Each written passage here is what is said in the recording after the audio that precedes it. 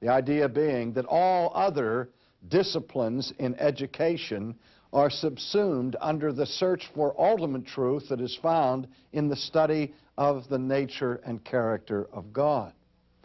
And it assumed that the study of humanity was always to be pursued in light of our understanding of God.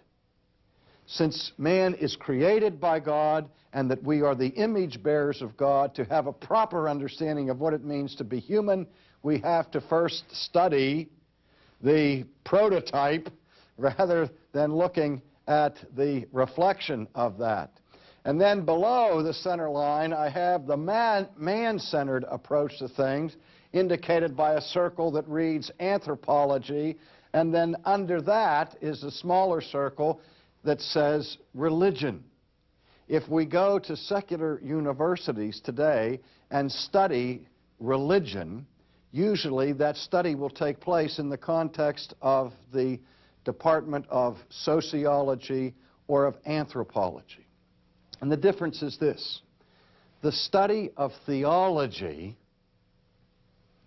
is the study of God Himself, first and foremost. The study of religion is the study of a particular type of human behavior. We notice that there are all kinds of religions in the world. And when people are involved in religion, they're involved in certain characteristic things like prayer and worship and sacrifice and singing and devotions and that sort of thing, all of which belong to the trappings of human religion. And when we study religion from a human perspective, we are examining how people who have certain beliefs about the supernatural behave in their personal lives and in their cultic lives. But when I say at the outset that Reformed theology, when I say that Reformed theology is a theology, not a religion, I mean by that that it is not simply a way of behaving that we can determine by studying the affairs of men, but rather it is a belief system. It is a belief system that is indeed an entire life and worldview with God at the center. Now, we live in a culture that has certain axioms and adages that are popular in the nomenclature of the day. You know, you've heard it said, it doesn't matter what you believe as long as you are sincere. And that idea communicates that what God is really concerned about with us is that we be religious. Doesn't matter what the religion is, as long as we're sincerely religious. Well, that idea is on a collision course with biblical Christianity.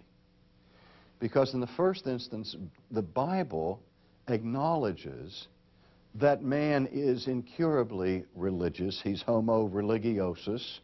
And that wherever we look in the world, we find all kinds of manifestations of religion.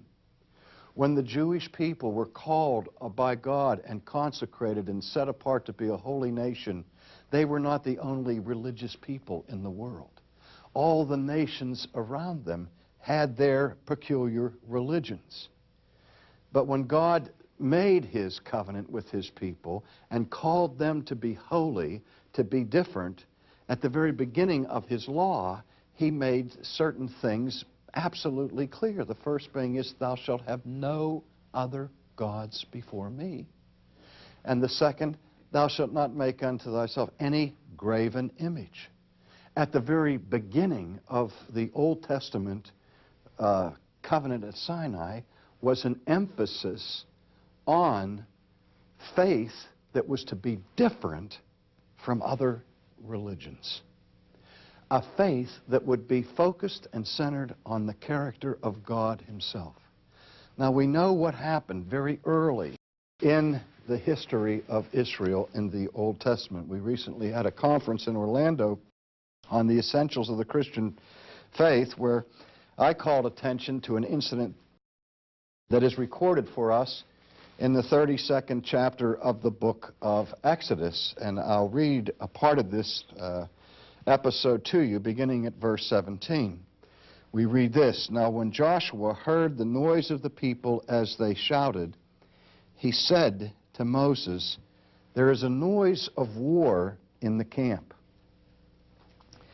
It is not the noise of the shout of victory, nor the noise of the cry of defeat, but the sound of singing that I hear.'" Now imagine this scenario. Moses is just now returning from Mount Sinai. He has been alone with God, conversing with God, as it were, face to face. And when he comes down from the mountain, he meets Joshua. And Joshua comes to Moses and he says, "I hear this loud noise coming from the camp."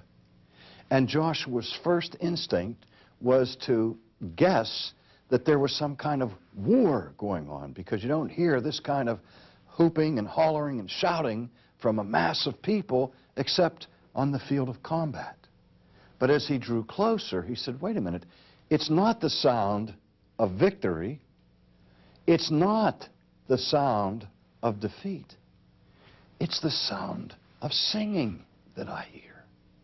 And he realized that he was approaching the whole assembly of the people of Israel as they were gathered for religious observations, singing lustily in their celebration of their religion. But it was a celebration that centered on a golden calf. A golden calf that the people had imposed and begged the high priest Aaron to make for them.